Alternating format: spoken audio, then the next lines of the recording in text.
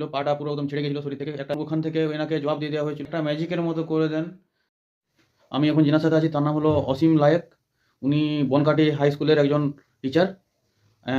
তো যে জন্য ভিডিওটা করলাম তিনি ওনার অ্যাক্সিডেন্ট হয়েছিল কত তারিখে? 22শে সেপ্টেম্বর এনার অ্যাক্সিডেন্ট হয়েছিল। খুব খারাপ অ্যাক্সিডেন্ট হয়েছিল। ফটোতে দেখছেন কী ধরনের লেগেছিল, পাটা পুরো একদম ছেড়ে গেছিলো শরীর থেকে, একটা চামড়ার দ্বারা আটকে ছিল। তারপর আর হাঁটুও ফ্র্যাকচার হয়েছিল, হাঁটু পুরো নষ্ট হয়ে গেছিলো, কাঁধেও চোট ছিল। তো এনাকে নিয়ে যাওয়া হয়েছিল কোথাও, দুর্গাপুরের কোথাও। ওখান থেকে এনাকে জবাব দিয়ে দেওয়া হয়েছিল।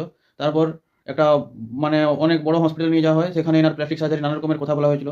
তারপর এনার কাছে আমাদের ডাক্তার সুভাষিস ব্যানার্জির কাছে আনা হয়। উনি এখানে এনে একটা ম্যাজিকের মতো করে দেন। তারপর এনার যা প্রথমে বলি, আমার বাড়িতে একটা অনুষ্ঠান ছিল বলে এনার আমি অনেক লেট করেছি, এনাকে অনেক লেট করে ধরেছি।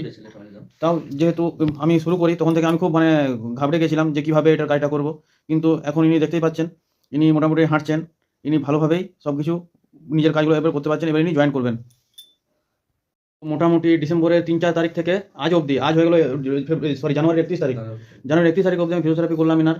তো অনেক বেচারা অনেক ব্যথা অনুভব করেছে, অনেক কিছু করেছে। পাটা একদম হয়ে গেছিলো, আমারও রিস্ক লাগছিল খুব। তবু আমিও ছাড়িনি, উনিও আমাকে হেল্প করে গেছেন, যথেষ্ট কষ্ট সহ্য করেছেন, কিন্তু আমাকে কোঅপারেট করে গেছেন যে আপনি নিজের কাজ করুন। যাই হোক, আমি তো আমার অনেক হয়েছে, অনেক কিছু হয়েছে, সেটা হয়তো এনার হয়েছে। এবার বলুন আমার ব্যবহার আপনার কেমন লাগলো, আমার ট্রিটমেন্ট আপনার কেমন লাগলো?